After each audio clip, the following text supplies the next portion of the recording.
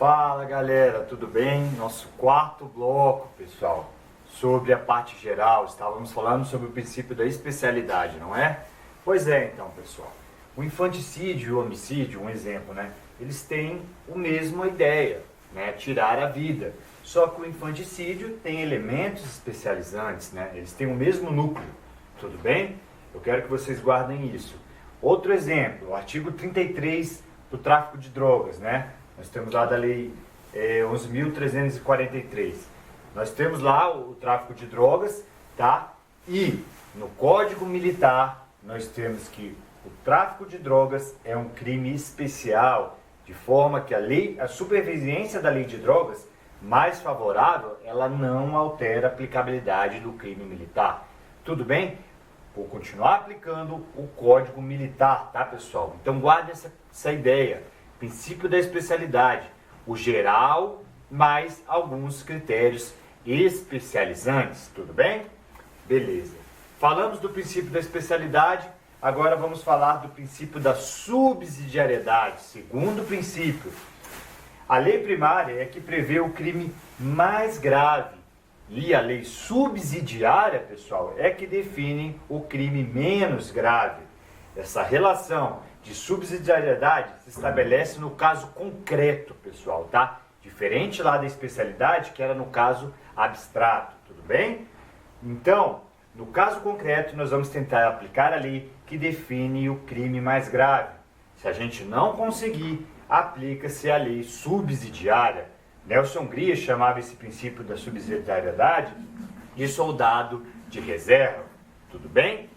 Na subsidiariedade expressa ou explícita, o próprio crime declara a sua natureza subsidiária, tudo bem? O próprio crime, o próprio tipo, diz que se o fato não constituir crime mais grave, por exemplo, no artigo 163, destruir ou inutilizar ou deteriorar coisa alheia, dano qualificado. Se o crime é cometido, 1, com violência, pessoa ou grave ameaça, 2, tá? Com emprego de substância inflamável ou explosiva, se o fato não constituir crime mais grave, pessoal, tá? 3, contra o patrimônio da União, de Estado, do Distrito Federal, de município ou de autarquia, fundação pública, empresa pública, etc. Então, o próprio tipo diz, se o fato não constituir crime mais grave, tudo bem? Beleza, esse é o princípio da subsidiariedade. Um exemplo, as vias de fato, pessoal, é uma agressão física que não há intenção de lesionar ou humilhar a vítima, tá? Se a intenção de lesionar é de lesionar, o crime é de lesão corporal. Se tiver como intenção humilhar a vítima, o crime é de injúria real. Percebe o critério da subsidiariedade? Na subsidiariedade tácita ou implícita, o crime não se declara como subsidiário, tudo bem? Essa natureza, ela é extraída do contexto ali, pessoal, das circunstâncias do caso concreto. Por exemplo, o roubo e o furto. Na audiência fica comprovado que não houve agressão, então nós não estamos diante do roubo, mas sim do crime de furto, tudo bem? Terceiro princípio, pessoal, princípio da consunção ou absorção, tá? A lei consuntiva maior é aquela que define o todo, fato mais amplo. Lei consumida define uma parte menor, pessoal, o fato menos amplo. Se eu estiver punindo o todo, estarei também punindo a pequena parte. Quais são as hipóteses do princípio da consunção, pessoal? Crime progressivo. Para ser cometido o crime mais grave, o agente necessariamente deve praticar um crime menos grave. Esse crime menos grave é o chamado de crime de ação de passagem, no crime progressivo, tudo bem? O dolo é um só, pessoal. Ele sempre quis praticar o crime mais grave, tudo bem? Por exemplo, no homicídio, ele sempre quis matar. Não existe homicídio sem lesão corporal. Eu tenho que passar por uma lesão corporal para depois eu conseguir matar. Então, a lesão, ela não pode ser punida duas vezes, concordam? Como parte do todo e como todo, pois sempre se visa buscar o nem bis in idem. Então, eu vou punir só pelo homicídio, não pela lesão, tudo bem? Esse é o exemplo de crime progressivo no princípio da consunção. também temos a progressão criminosa, tá? A progressão criminosa, diferentemente do crime progressivo, ocorre uma alteração do dolo. O agente queria praticar e praticou um crime menos grave, mas em seguida ele pratica um crime mais grave, pessoal. Eu vou punir apenas o crime mais grave. Tudo bem? Beleza. Falamos da especialidade, falamos da subsidiariedade, falamos da consunção. Detalhe importante na consunção, pessoal. Atos impuníveis. São atos que eu não puno. Por exemplo, os atos prévios ou anteriores. Eles funcionam como um meio, pessoal, de preparação para a execução do fato principal. Por exemplo, é chamado de antefato impunível. Por exemplo, violar o domicílio para furtar, porte ilegal de arma de fogo no homicídio, tá? Então, vocês conseguem entender que esses fatos anteriores, eles não são puníveis? E qual que é a diferença para o crime progressivo, pessoal? Tudo bem? No ato anterior impunível, o crime menos grave, ele não é necessário, pessoal, tudo bem? No crime progressivo, passar pelo fato impunível é essencial. Daí a diferença entre crime progressivo, tá, e progressão criminosa, tudo bem? 2. Atos simultâneos ou concomitantes impuníveis ocorrem ao mesmo tempo do fato principal, pessoal. Por exemplo, um estupro em público, tá? Não se condena no estupro o ato obsceno, eu vou condenar apenas pelo estupro, tudo bem? Terceiro, pessoal, atos posteriores ou subsequentes representam um mero desdobramento do fato principal, né? É previsível aquele exaurimento, né? Por exemplo, um furto de um bem, animus res se habende, pessoal, de assenhoramento definitivo e destruição dele. A gente não responde pelo dano, pessoal, tá? Outro exemplo, falso e uso de documento. Eu não respondo pelo uso, eu respondo só pelo falso. Tudo bem? Então, guardem essas observações quanto aos atos impuníveis, tá? Crime complexo ou crime composto, por exemplo, roubo e uma lesão corporal, pessoal. O grande doutrinador Kleber Masson não concorda que não haveria aí a subsunção. Ele diz que não haveria um conflito, ele responderia apenas por um tipo, ou por furto ou por lesão corporal, tudo bem? Observação importante aqui, galera, que eu quero que vocês saibam. O delito de estelionato, ele não será absorvido pelo roubo na hipótese de que o agente, dias depois, percebam, há uma quebra, né, da continuidade aí delitiva, né? Dias depois, ele rouba um veículo e os objetos pessoais dos seus ocupantes, tá? Entre eles, um talionário de cheques, visando obter vantagem ilícita. Ele preenche uma folha desses cheques, tá? Visando obter vantagem ilícita.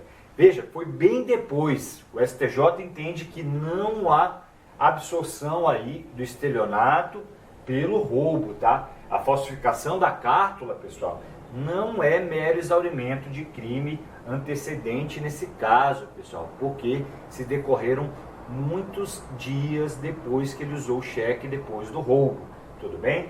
Isso porque há uma diversidade de desígnios e de bens jurídicos lesados. Tranquilo? Belezinha? Tranquilo. Dessa forma, inaplicável o princípio da consunção. Pessoal, o princípio da consunção ele é aplicado quando um delito de alcance menos abrangente, tá? Um delito menor, tá? Praticado pelo agente, ele for um meio necessário para uma fase preparatória para um delito de alcance maior, galera, mais abrangente. Nesse conceito, a consunção acaba por determinar que a conduta mais grave, mais abrangente pelo agente, crime fim, absorve a de crime menos grave, o crime meio. O STF, a título de exemplo, decidiu que o agente que faz uso de carteira falsa da OAB, tá, pratica o crime de uso de documento falso, não podendo se admitir que o crime seja absorvido pelo princípio da contravenção, pelo princípio da consunção, pela contravenção de exercício legal da profissão. Veja, a contravenção penal de exercício legal da profissão, é um crime menor do que a falsificação, né pessoal? Que o uso de carteira falsa. Então o STF entendeu que nesse caso não é possível a aplicação aí do princípio da consunção. Mas guardem essa ideia, crime meio e crime fim. O crime fim abrange o crime meio, tudo bem? Beleza. Princípio da alternatividade, pessoal. Esse princípio aqui não é consenso entre os doutrinadores e as bancas de concurso. Porém, caso apareça lá na prova de vocês, eu quero que vocês marquem aí, vocês saibam o que é, né? Mas podem marcar que ele não é um princípio consensual. Só os 3 primeiros que são consensuais aí, tá, pessoal? Alternatividade própria. Quando acontece alternatividade própria? Nos chamados tipos mistos alternativos, pessoal, como o tráfico de drogas, o 33, que tem vários verbos, né? Por exemplo, quando eu tenho vários núcleos, se o agente ele realiza apenas um dos verbos, se ele realiza mais de um dos verbos, por exemplo, vender, guardar, né, drogas, tanto faz, já vai estar caracterizado aí o tipo penal. Por exemplo, lá no tráfico de drogas, ó, contém 18 núcleos, pessoal, o tráfico de drogas, tá? Se a gente fosse considerar que a cada núcleo que ele realizasse nós tivéssemos um crime, ele responderia por vários crimes. Então, não faz sentido isso. A alternatividade própria diz que ele vai responder por apenas um delito, tudo bem? Continuando, na alternatividade própria, há conflito entre normas penais. O conflito ocorre na própria norma penal. Não há conflito entre normas penais, mas sim na própria norma penal. Tudo bem? Não há uma pluralidade de normas aparentemente aplicáveis. Por isso que muitos doutrinadores dizem que não se trata de um conflito. Tudo bem? O que falta é um dos requisitos. Por isso, há tanta divergência a respeito deste princípio. Não há que se falar em conflito aparente de normas na alternatividade, tudo bem? A alternatividade imprópria, galera, ocorre quando 2 ou mais normas penais disciplinam exatamente o mesmo fato.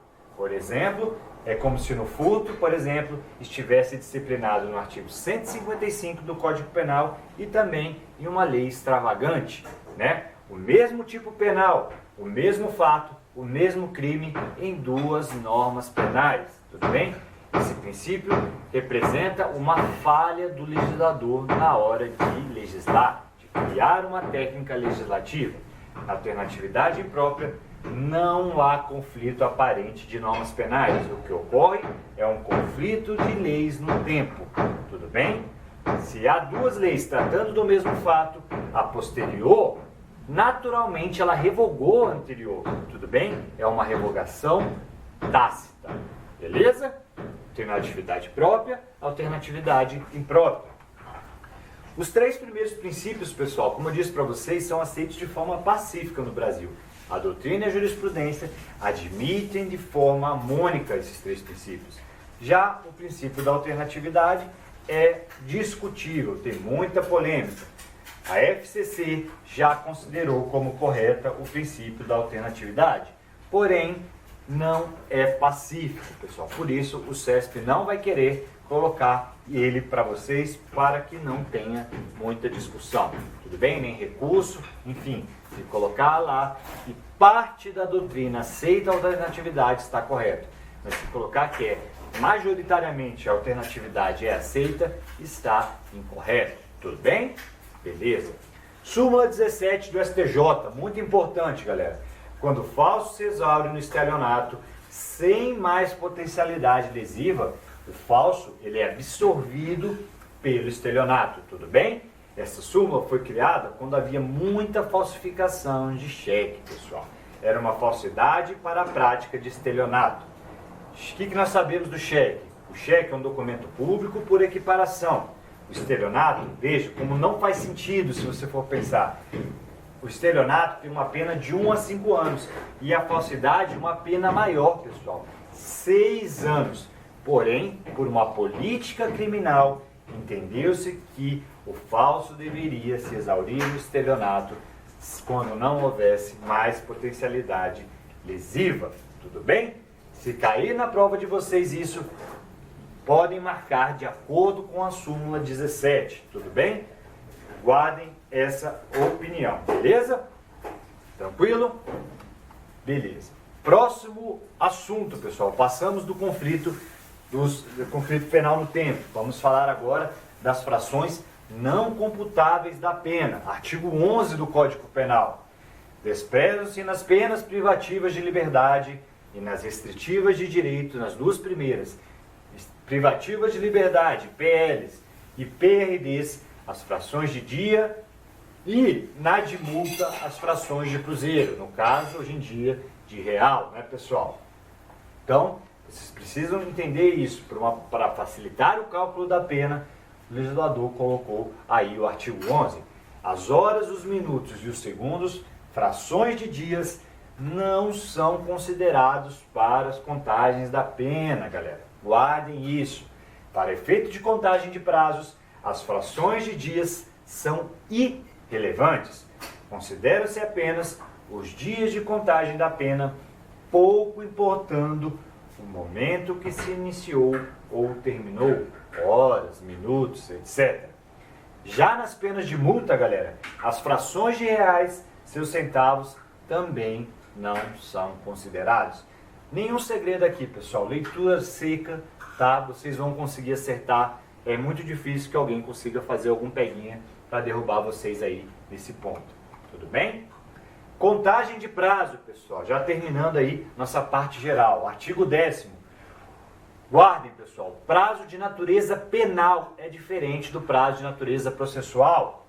Prazo de natureza penal. O dia do começo inclui-se no cômputo do prazo. Nós contamos os dias, os meses e os anos pelo calendário comum. Eu começo a contar no dia, prazo penal. Para a contagem do prazo penal, não importa a hora. O prazo começa a ser contado mesmo que a prisão, por exemplo, ocorra no dia, às 23 horas e 50 minutos do dia de hoje. Eu começo a contar hoje. Tudo bem? Não importa o dia, pode ser começado de final de semana, dia útil ou feriado. Tudo bem? Prazo penal, pessoal, é aquele cujo decurso ele leva a uma extinção da punibilidade. Vocês precisam só lembrar isso. Pensou em levar a uma extinção da punibilidade, por exemplo, prescrição, nós vamos estar diante de um prazo penal. Tudo bem? Esse artigo disciplina a contagem do prazo do direito penal, que é usado nos casos de duração de pena, do livramento condicional, do SUSI, da decadência, da prescrição, todos esses institutos do direito penal. Tudo bem? Há uma certa crítica doutrinária a essa contagem do prazo penal, prevista no artigo 10, pois não define qual seria esse calendário comum a ser adotado, se seria o gregoriano, o judaico, o romano, etc. Para a contagem desse prazo penal, pessoal, não importa que horas do dia o prazo começou a correr. Eu já disse para vocês, se for 23h55 eu vou começar a contar. Para esse efeito, o dia termina às 24 horas. Em relação ao mês, não importa se for de 30 ou 31 dias. Beleza? Tranquilo?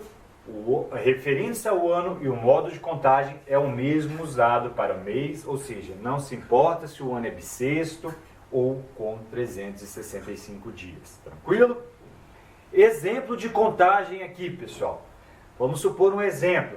Alguém que foi condenado a pena de 6 anos, 9 meses e 23 dias para cumprir. O condenado começa a cumprir a pena às 19h27 do dia 5 de agosto de 2003. 5 de agosto. Coloquem no papel isso aí, pessoal, para vocês raciocinarem. Coloquem no papel. Qual seria a data do término, pessoal? Tá? Na primeira fase, nós vamos achar os anos que ele tem para cumprir. Se for em 2003 o início da pena, pessoal, e mais 6 anos de condenação, em 2009 ele vai ter o término da sua pena, concordam? Assim, no primeiro passo, o condenado terminaria cumprir a pena em 5 de agosto de 2009, pessoal, tá? Nenhum segredo aí. Mas ainda nós temos que contar o número de meses, concordam? Segunda fase, acha-se o número de meses. Por exemplo, agosto, mês de início da pena de 2009, resultado do primeiro passo, tá? Mais 9 meses, número de meses do condenado é igual a maio. Só somar, pessoal, agosto, setembro, outubro, novembro, dezembro, janeiro, fevereiro, março, abril, maio, tá? 9 meses, tá? Assim, no segundo passo, o condenado terminaria de cumprir a pena em 5 de maio de 2010, mas ainda falta o número de dias. 5, terceira fase, 5, dia do início de cumprimento de pena, de agosto, mais 23, que são o número de dias de condenação. Vai restar no dia 28. Analisando os resultados obtidos nas etapas, nós concluímos que o agente foi condenado a pena de 6 anos, 9 meses e 23 dias, que iniciou o cumprimento em 5 de agosto, pessoal, no dia que ele foi preso. Terá a pena totalmente cumprida no dia 27 de maio de 2010. Não seria no dia 28 de maio, uma vez que o dia do começo, nos termos do artigo 10 do Código Penal, deve ser computado, diferentemente do processo penal. Tudo bem? Chegamos ao fim, galera, ao nosso curso, a nossa aula de parte geral do direito penal. Já já eu volto com a parte especial, crimes contra a administração pública, crimes contra o patrimônio e crimes contra a vida. Um grande abraço e até daqui a pouco, galera.